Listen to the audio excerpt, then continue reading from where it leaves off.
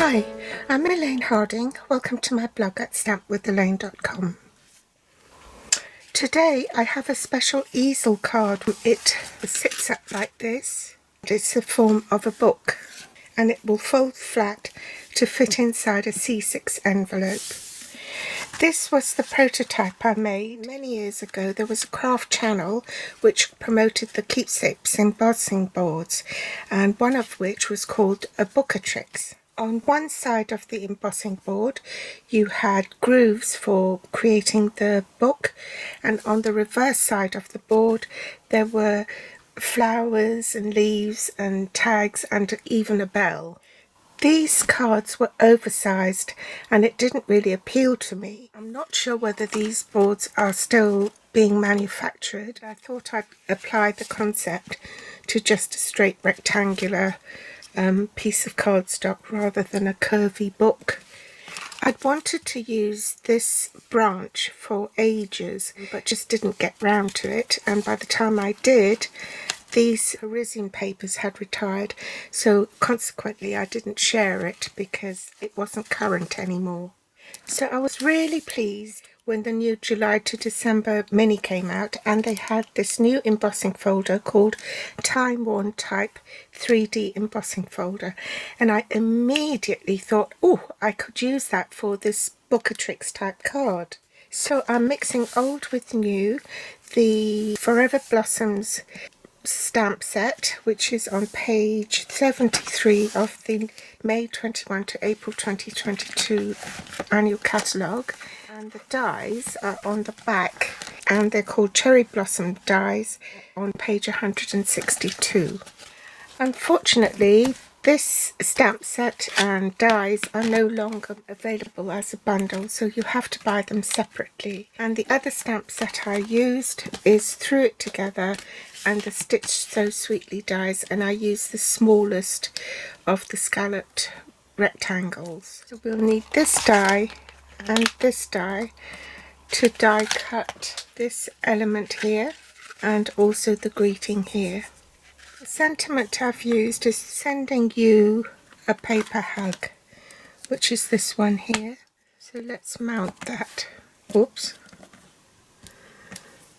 I've already pre-die cut my flowers, and you'll need this branch. I attached self-adhesive sheet on the back of some scrap of early espresso card to cut out the branch and the stamens for inside. I've left it on the cardstock, and I die cut 3 larger flowers from Petal Pink and then 2 sets of these larger flowers and smaller flowers, which I've already coloured in with the Neutrals Early Espresso Stampin' Write marker, just the flower centres here. They actually pop out, and I've just reinserted them and put glue dots on the back so they won't fall out.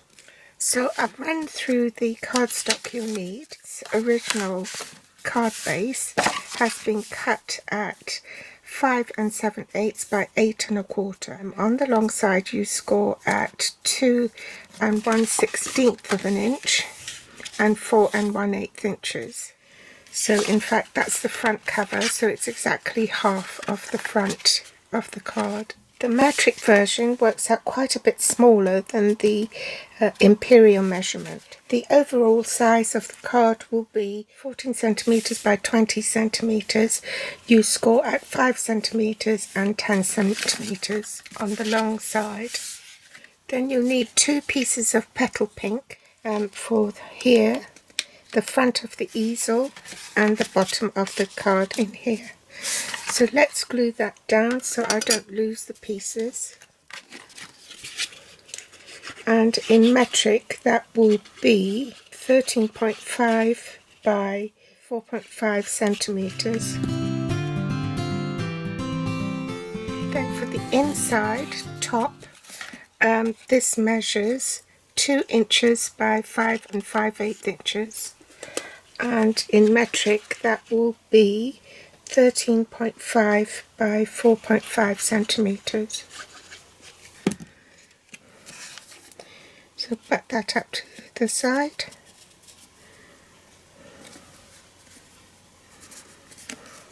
Euro Peach Designer Series paper, and I've used this one with the blue stripes on the back, and this one. I think there were 3 patterns, and this one. So for pattern 1, these bits here for the front of the easel and the inside, 2 pieces cut at 1 3/4 inches by 5.5 inches. So in metric, these will be 13 centimeters by 4 centimeters. So let's glue that.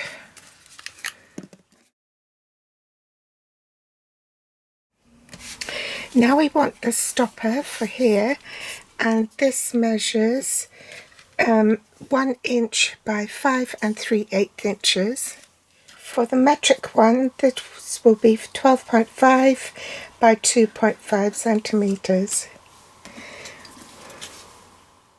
Then you want the second pattern, which will measure 7/8 by 5 1/4. And for the metric measurement, that will be 12 centimeters by 2 centimeters. So I've already glued that, so I'll put dimensionals on the back and center it onto this portion here in the middle. Now we want the pages for the book. Bottom page, page 1, is the largest, and this is 3 7/8 by 5 1/8. In metric, that will be 12 centimeters by 9 centimeters in basic white. You literally just fold it in half, okay? Second page of the book will be 1/8 of an inch smaller, and that measures 3 3/4 inches by 5 inches, and that will be in pattern 3. So again, you fold it in half. Metric will be 11.5 by 8.5 centimeters. Then for page 3 of the book, this again is 1/8 of an inch smaller, so this will measure 3 5/8 by 4 7/8. Again, that's folded in half. And in metric, page 3 will be 11 centimeters by 8 centimeters in basic white. Page 4 is balmy blue, and this is the piece that you need to emboss with the time-worn type embossing folder, and this measures 3.5 by 4 3/4. In metric, that will be 10.5 by 7.5 centimeters. Before I assemble the book, I'm going to do a bit of treatment on them. Take the edge of your scissors and just run it along the page here, along all the edges, to just rack it up a bit and distress it.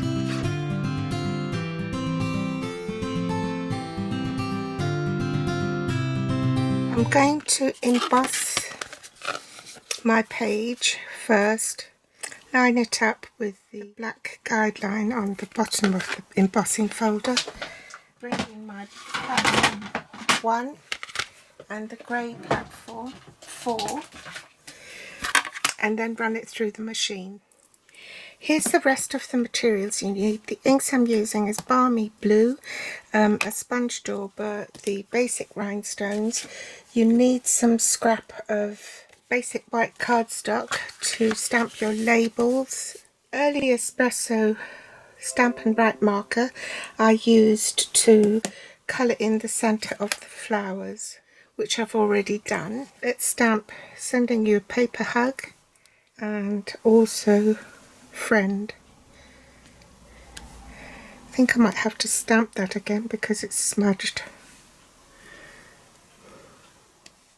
Bring in my dies, centre it on the sentiment, my usual sandwich with platform 1, platform 2, the thin die adapter, base platform 3, the cardstock die on top, cutting edge face down, second platform 3, and I'm ready to run it through the machine. Now that I've embossed it, I can now distress the edges of this cardstock top layer. I'm going to sponge the edges of the pages here to give it a bit of definition.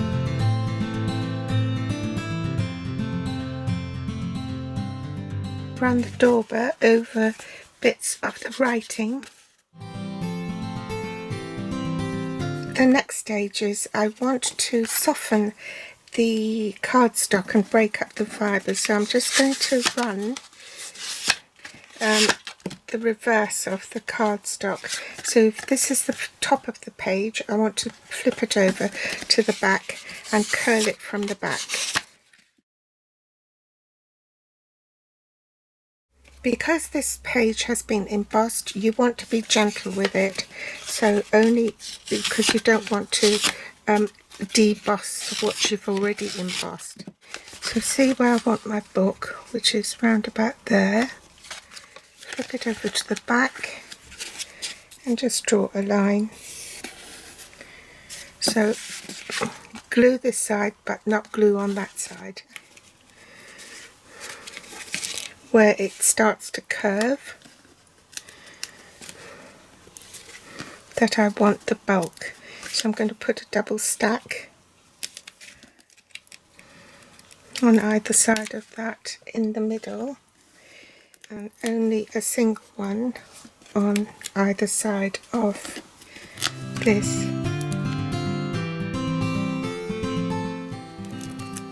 And on the bottom, a double stack right in the middle. Rub off the pencil lines.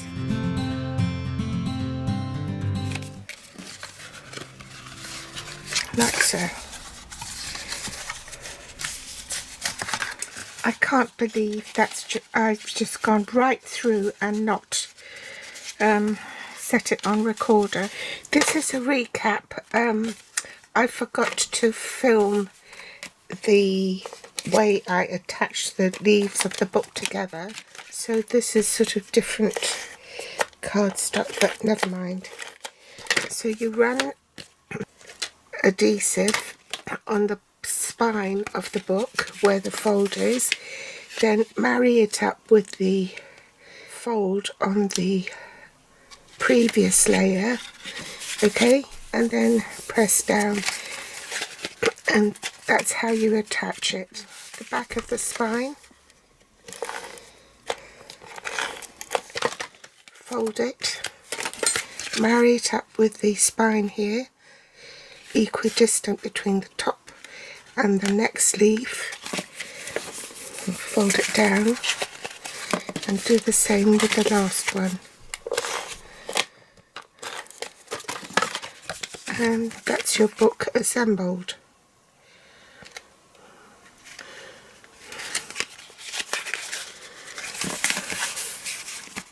Now we're ready to put the flowers on in the book.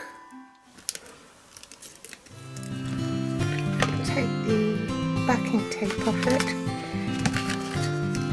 So put your branch on the book. Put glue dots on the left hand side of the flower, because there's a curvature of the book and that's going to pop up. Okay.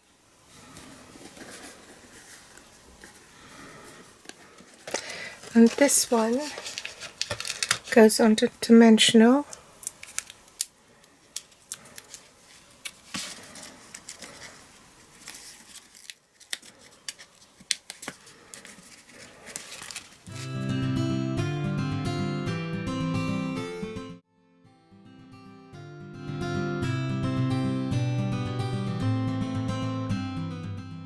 I'm just going to curl this slightly so it fits around the curvature of the book, and glue that down with glue dots as well.